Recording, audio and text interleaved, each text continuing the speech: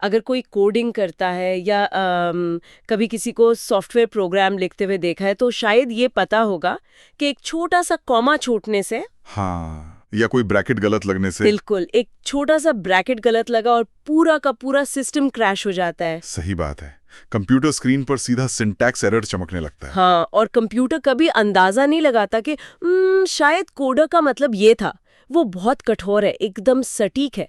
लेकिन जब हम इंसानी भाषा की बात करते हैं ना, तो हम बहुत ढीले हो जाते हैं। बहुत ज्यादा। कोई आधी बात कहता है, कोई गोलमोल बात कहता है, और हम बस संदर्भ से उसका मतलब निकाल लेते हैं। पर क्या ये पता है कि हजारों साल पहले प्राचीन भारत में कुछ दार्शनिक और विचारक ऐसे थे जो भाषा को बिल्कुल एक कंप्यूटर कंपाइलर की तरह ही डिकोड करते थे। एकदम सही, कोई अंदाजा नहीं, कोई गोलमोल बात नहीं, सीधा सिंटैक्स चेक।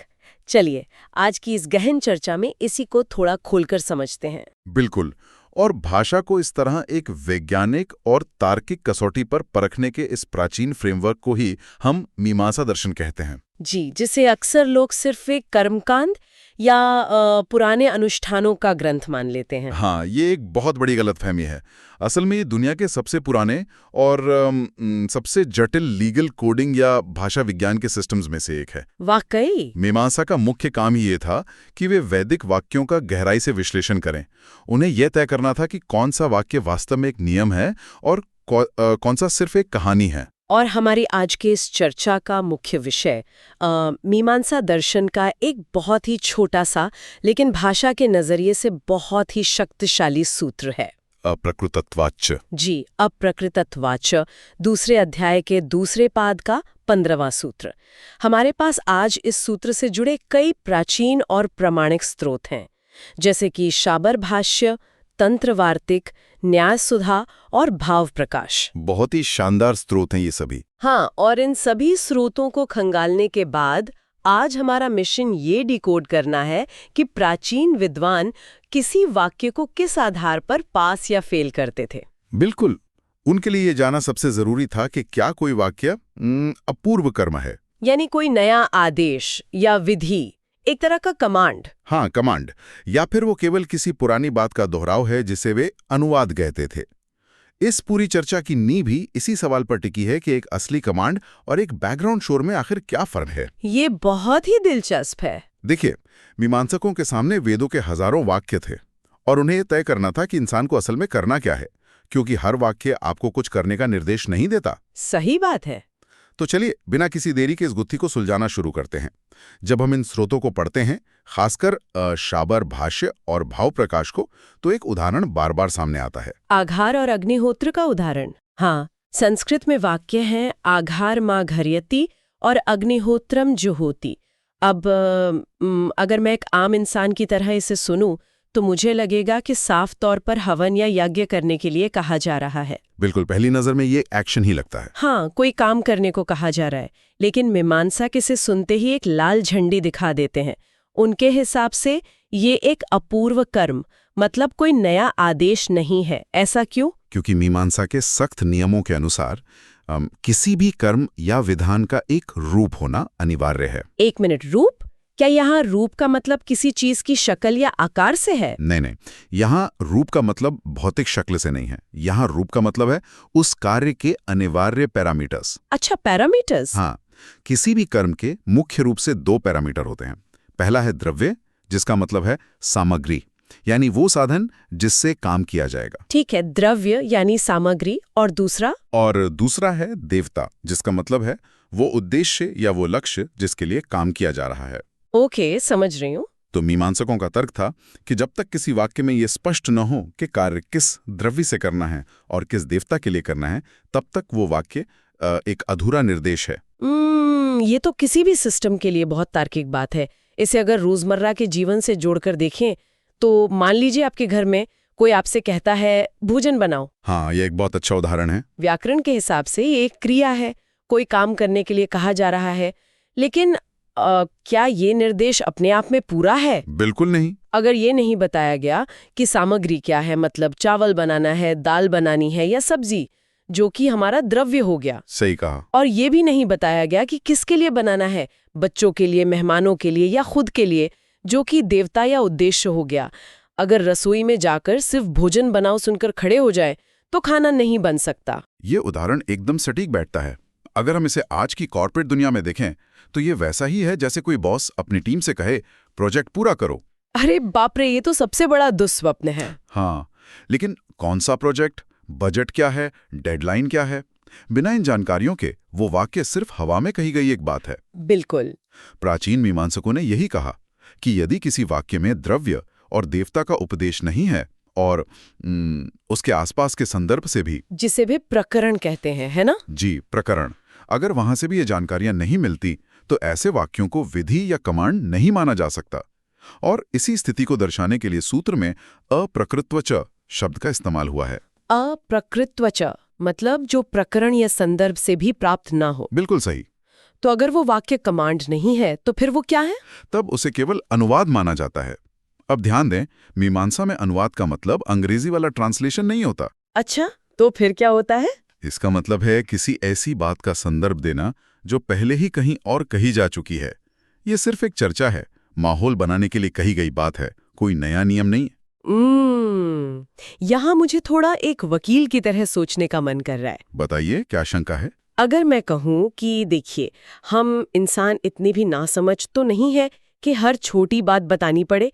जब हम अग्निहोत्रम जुहोती सुनते हैं तो उसमें जुहोती शब्द है। हाँ, जुहोती यानी हवन करना। तो क्या सिर्फ इस क्रिया को देखकर हम खाली जगह नहीं भर सकते? मेरा मतलब है, हवन तो हवन है, उसमें कुछ तो जलाया ही जाएगा। क्या प्राचीन विचारक भाषा को लेकर कुछ ज्यादा ही बाल की खाल नहीं निकाल रहे थे? बहुत ही शानदार सवाल है, और आपको जानकर हैरानी होगी कि तंत्र, वार्तिक और न्याय सुधा जैसे ग्रंथों में ठीक यही शंका उठाई गई है। अच्छा, मतलब प्राचीन काल में भी लोगों ने क्रॉस क्वेश्चन किया था? बिल्कुल। इसे पूर्व पक्ष यानी विरोधी विचार कहा जाता है। उन्होंने तर्क दिया कि जैसे एक और वाक्य है, व्रीहिभिर यजेत, जिसका मतलब है चावल से यज्ञ करें। तो यहाँ चावल द्रव्य हो गया। हाँ, और वहां लोग संदर्भ से समझ जाते हैं कि ये किस यज्ञ की बात हो रही है। तो पूर्व पक्ष का सवाल था कि क्या अग्निहोत्रम जुहोती में जुहोती शब्द खुद अपना रूप या पैरामीटर तय नहीं कर सकता? वही तो मैं कह रही हूँ, अगर एक्शन पता है तो इंसान खुद समझदार है कि कैसे करना है। लेकिन मीमांसकों ने इसका बहुत ही ठोस जवाब दिया। तंत्र वार्तिक समझाता है कि जुहोती शब्द सभी प्रकार के होम या हवन के लिए एक बेहद साधारण और सामान्य शब्द है। साधारण शब्द? हाँ, वे इसके लिए सर्व होम साधारणत्वात् शब्द का प्रयोग करते हैं। हवन तो सैकड़ों तरह के होते हैं। ये भी है। किसी में घी डाला जाता है, किसी में लकड़ी, किसी में तिल। हर हवन का द्रव्य अलग होता है। अगर आप सिर्फ जुहोती कहेंगे तो ये एक जेनेरिक कमांड हो गया। ओहो, अब समझी। मतलब सिर्फ क्रिया का होना काफी नहीं है, क्योंकि क्रिया बहुत व्यापक हो सकती है। ये तो वैसा ही हुआ जैसे मैं किसी से कहूँ दौड़ो। बिल्कुल। अब दौड़ो कहने से ये तो नहीं पता चलता कि मैराथन दौड़नी है, ट्रेडमिल पर दौड़ना है या किसी कुत्ते से बचकर भागना है। हाँ, बिल्कुल सही कहा। और यहीं पर न्याय सुधा एक बहुत ही गहरा और जटिल तार्किक सिद्धांत पेश करता है। वे कहते हैं, अनभिजात रूपस्य फले विधातुम शक्यत्वात्। बाप रे, ये तो काफी भारी शब्द है। अनभिजाते रूपस्य। अनभिजात रूपस्य फले विधातुम शक्यत्वात्। इसका मतलब बहुत सीधा है, जिस कर्म का रूप अज्ञात है, यानी जिसके पैरामीटर्स, द्रव्य और देवता हमें नहीं पता, जी, उस कर्म को किसी फल या परिणाम के साथ नहीं जोड़ा जा सकता। इसे थोड़ा और स्पष्ट करते हैं।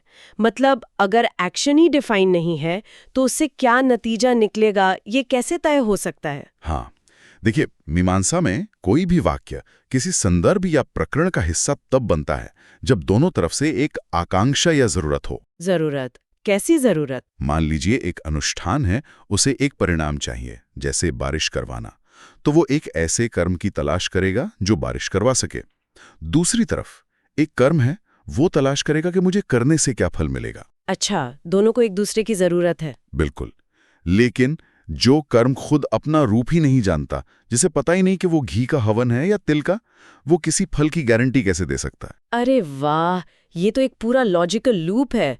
अगर मैं कंप्यूटर को एक अधूरा कमांड दूं तो सिस्टम उसे प्रोसेस करने से मना कर देगा। एकदम सही। क्योंकि उसे पता ही नहीं कि इस कमांड का अंतिम आउटपुट क्या होगा, और बिना आउटपुट के उस कमांड को रन करने का कोई मतलब ही नहीं है। अगर प्राचीन विचारक इस नियम को लेकर इतने कठोर नहीं होते और हर अधूरी क्रिया को एक नया कर्म मान लेते, तो कर्मकांडों की व्यवस्था में भारी अराजकता फैल जाती। अराजकता? वो कैसे? लोग किसी भी जेनरिक वाक्य को पकड़कर अपने मन मुताबिक कोई भी सामग्री इस्तेमाल करने लगते हैं और फिर दावा करते कि उन्होंने नया नियम बना लिया है। ये तो फिर अपनी मर्जी चलाने वाली बात हो गई। हाँ, ये बिल्कुल वैसा ही है जैसे संसद कोई ऐसा कानून पास कर दे जिसमें लिखा हो अपराधियों को सजा मिलेगी, पर ये ना बताए कि सजा कौन देगा और सजा क्या होगी। बिल्कुल, ऐसे कानून का कोई मतलब नहीं रह जाता, वो सिर्फ एक खोखला बयान है। ये बहुत ही शानदार तुलना है। तो हमने ये देख लिया कि संदर्भ से बात नहीं बनी, क्रिया से भी बात नहीं बनी क्योंकि वो बहुत सामान्य है। अब चलिए एक कदम और आगे बढ़ते हैं। चलिए। अगर क्रिया से काम नहीं चल रहा तो क्या उस कर्म का विशिष्ट नाम खुद अपना अर्थ तय कर सकता है? ये एक बहुत ही दिलचस्प मोड़ है। मैंने पढ़ा कि तंत्र वार्तिक के स्रोतों में एक शंका ये भी उठाई गई है कि आघार एक बहुत ही विशिष्ट सा नाम लगता है। ये कोई आम शब्द तो है नहीं, प्राचीन मंत्रों में इसका प्रयोग होता है। हाँ, ये शंका उठाई गई थी। तो क्या सिर्फ इसका फैंसी नाम इसे एक नया नियम नहीं बना देता? ये पूर्व पक्ष का एक बहुत ही चालाक तर्क था, लेकिन मीमांसकों ने इसे भी पूरी तरह खारिज कर दिया। तंत्र वार्तिक इसका विश्लेषण करते हुए कहता है, क्या कहता है? आघार शब्दस्य धात्वार्था व्यतिरेकेण विशेषणकत्वात्। तकनीकी पक्ष से बाहर आकर इसका क्या मतलब हुआ? इसका सरल अर्थ यह है कि आगार शब्द अपने मूल धातु या रूट वर्ड से कुछ भी अलग अर्थ नहीं देता। ये केवल क्षरण मात्रवाचित्वात् है। क्षरण यानी बहना या गिराना? हाँ, आघार का शाब्दिक अर्थ सिर्फ कोई तरल पदार्थ गिराना या उड़ेलना है। अब क्या गिराना है, घी, दूध या पानी? ये वह शब्द खुद नहीं बताता। बिल्कुल नहीं। लेकिन अगर ये किसी मंत्र में आ रहा है तो क्या लोग अपने आप नहीं समझ जाएंगे कि यहाँ किसी खास लिक्विड की बात हो रही है? देखिए, तंत्र वार्तिक समझाता है कि कोई भी नाम या शब्द केवल तब विशिष्ट होता है जब किसी समुदाय में उसका कोई विशेष अर्थ रूढ़ हो गया हो, फिक्स हो गया हो। रूढ़ हो गया हो, हाँ, इसे वे समुदाय प्रसिद्धि कहते हैं। अच्छा, इसे हम आधुनिक भाषा विज्ञान से जोड़ सकते हैं। जैसे अगर मैं कहूँ पंकज, इसका धातु अर्थ है पंख, यानी कीचड़ से उत्पन्न होने वाला। अब कीचड़ में तो बहुत सी चीजें पैदा होती हैं, कीड़े मकोड़े, घास, सब कुछ। हाँ, लेकिन समुदाय में यानी आम बोलचाल में पंकज शब्द सिर्फ कमल के फूल के लिए फिक्स हो गया है, रूढ़ हो गया है। एकदम सही उदाहरण है ये। लेकिन आघार शब्द के साथ ऐसी कोई समुदाय प्रसिद्धि नहीं जुड़ी थी। ओहो, ये शब्द किसी खास अनुष्ठान या सामग्री के लिए रूढ़ नहीं हुआ था। इसका मतलब सिर्फ बहना या तरल पदार्थ गिराना ही रहा।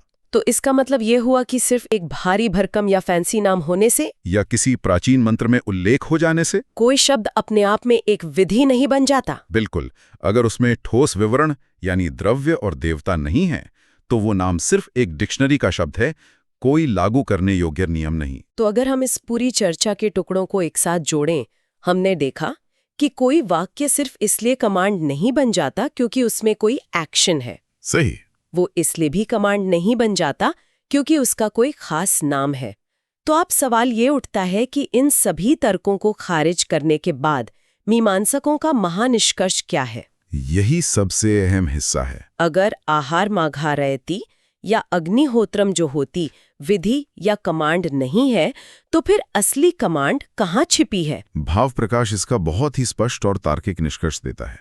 वे कहते हैं कि चूंकि आहार और अग्निहोत्र वाक्यों में प्रत्यक्ष रूप से कोई पैरामीटर नहीं है, जिसे वे श्रुत रूप कहते हैं, जी, और समीप के वाक्यों से भी द्रव्य या देवता का ज्ञान नहीं होता, इसलिए वे अपूर्व कर्म नहीं है, वे प्राइमरी कमांड नहीं है। तो वे क्या हैं? वे केवल अनुवाद हैं, किसी बड़ी प्रक्रिया का महज एक संदर्भ या बैकग्राउंड इंफॉर्मेशन है। तो फिर असली विधान, असली हुक्म कौन से वाक्य देते हैं? असली विधान वे वाक्य करते हैं जिनमें स्पष्ट रूप से द्रव्य या किसी विशिष्ट गुण का ज्ञान हो। क्या इसका कोई उदाहरण है स्रोतों में? बिल्कुल, स्रोतों में इसके दो बहुत ही बेहतरीन उदाहरण दिए गए हैं। पहला है ददना जुहोती।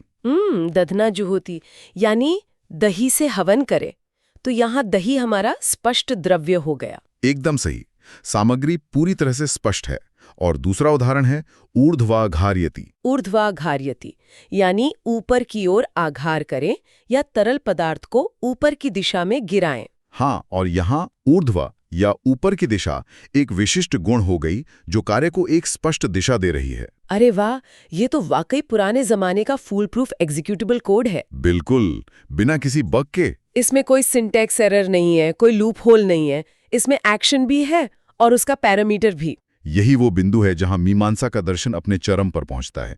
ये वाक्य आपको सिर्फ ये नहीं बताते कि कुछ करना है, बल्कि ये भी बताते हैं कि किसके साथ और कैसे करना है। कमाल है। प्राचीन न्याय प्रणाली में किसी भी वाक्य को केवल तभी अधिकार या अथॉरिटी दी जाती थी जब वो अपने आप में पूर्ण और स्पष्ट हो। और बाकी के वाक्यों का क्या? बाकी जितने भी बड़े बड़े पवित्र और सुनने में भारी लगने वाले वाक्य थे, उन्हें केवल पृष्ठभूमि का शोर या अनुष्ठान का माहौल बनाने वाले अनुवाद के रूप में देखा जाता था। मीमांसकों ने यह सुनिश्चित किया कि लोग भाषा की भव्यता में खोकर उसके असली उद्देश्य को न भूल जाएं। बिल्कुल, शब्दों के जाल में फंसने से बचाया उन्होंने। तो अगर हम आज के इस अप्रकृतत्वाच्य सूत्र के विश्लेषण का सार निकालें, तो ये हमें भाषा की गहराई और सटीकता का एक बहुत बड़ा पाठ पढ़ाता है। बहुत बड़ा पाठ। बिना द्रव्य और देवता के, यानी बिना ठोस विषय और स्पष्ट उद्देश्य के, बड़े बड़े वाक्य केवल अनुवाद या खाली दोहराव रह जाते हैं। वे कभी कार्यवाही या विधि नहीं बन पाते जी। और यही बात हम सभी के लिए सोचने का एक नया और बहुत ही प्रासंगिक बिंदु खोलती है। वो कैसे? जरा सोचिए, आज के इस सूचना युग में जहां हर तरफ से हमारे ऊपर जानकारी, नियम, नीतियां और ब्रेकिंग न्यूज फेंकी जा रही हैं। हाँ, रोजाना का यही हाल है। हमारे पास कितने ऐसे संदेश आते हैं जो असल में दधना जुहौती की तरह पूर्ण और स्पष्ट विधि हैं, जिनमें एक स्पष्ट कमांड है, ठोस सामग्री है और एक साफ उद्देश्य है। और कितने संदेश केवल अग्निहोत्रम जुहोती की तरह खाली शोर हैं। बिल्कुल। जो सुनने में तो बहुत बड़े और महत्वपूर्ण लगते हैं, लेकिन जिनमें न कोई स्पष्ट द्रव्य है और न कोई देवता। एकदम सही कहा आपने।